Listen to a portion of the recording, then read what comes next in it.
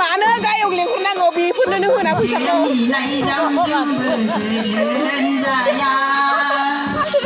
อันนี้คือจะถุยแช่งไว้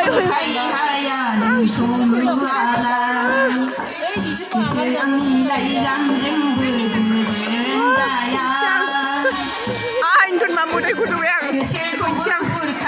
นี่นะเลยจะถุยแช่ง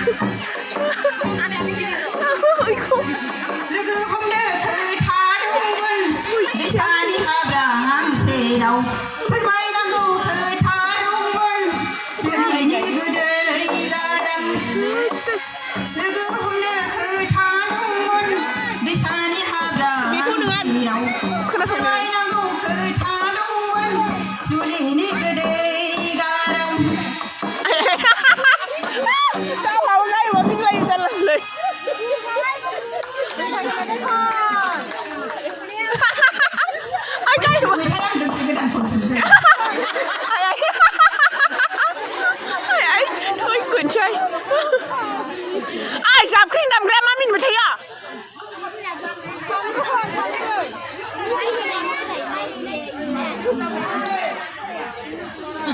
ai rồi